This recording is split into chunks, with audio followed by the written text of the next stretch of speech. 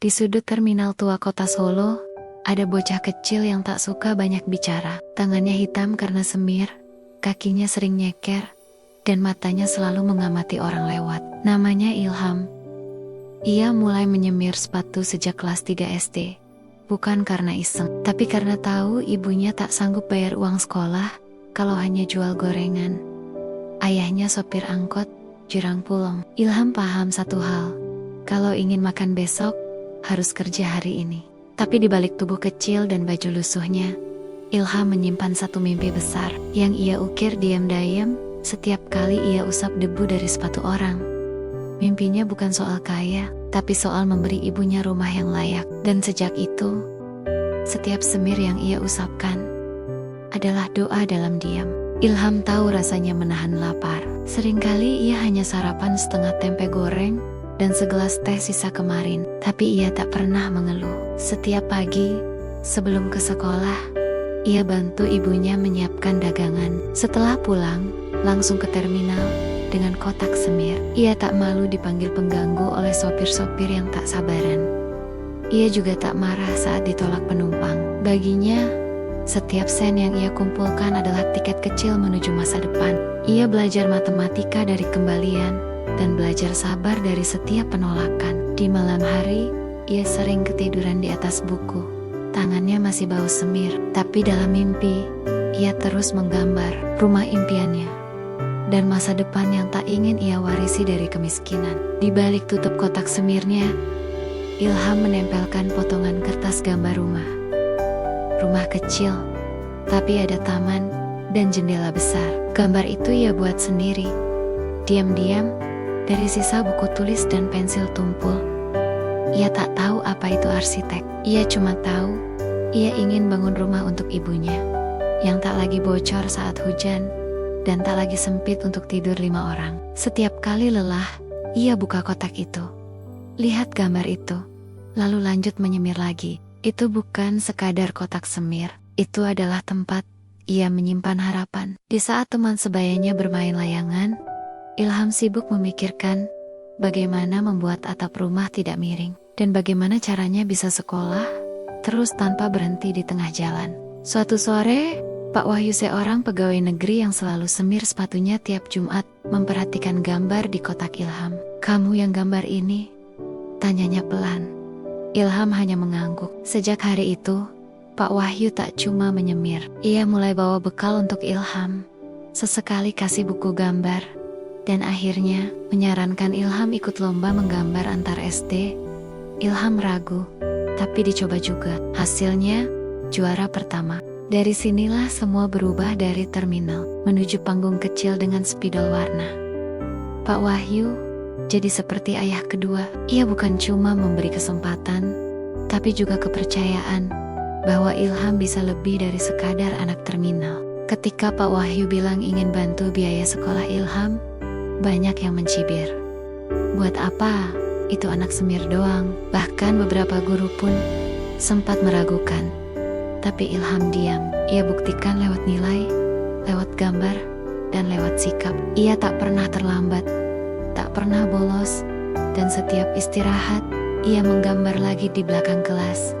Semangatnya menyentuh, bukan karena ia pintar, tapi karena ia tak pernah berhenti. Ia belajar seperti orang haus yang baru kenal air. Bahkan saat teman-temannya mulai lelah belajar, Ilham justru semangat karena sadar ia berjuang bukan untuk nilai, tapi untuk hidup yang layak. Berkat bantuan Pak Wahyu dan beberapa orang baik lainnya, Ilham bisa lanjut sampai kuliah jurusan arsitektur. Di awal, ia sempat minder. Teman-temannya pakai laptop mahal, ia cuma bawa penggaris bekas dan sketchbook sumbangan. Tapi ia tak menyerah. Ia justru bangga karena ia tahu tangan yang dulu menyemir kini menggambar rumah-rumah.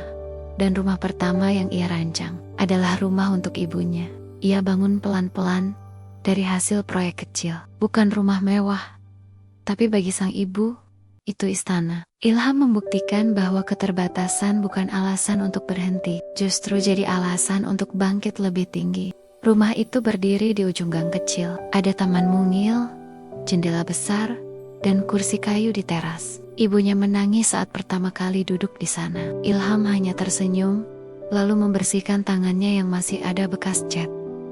Ia tahu, ini belum akhir, tapi ini adalah jawaban atas semua langkah kecil yang ia ambil dulu. Terminal yang dulu keras, kini jadi kenangan manis. Dan setiap ia pulang, ia selalu sempatkan lewat sana, hanya untuk mengingat dari mana semua ini bermula. Bagi ibunya, rumah itu adalah hadiah terindah. Tapi bagi Ilham, itu adalah bukti bahwa mimpi tak harus mahal.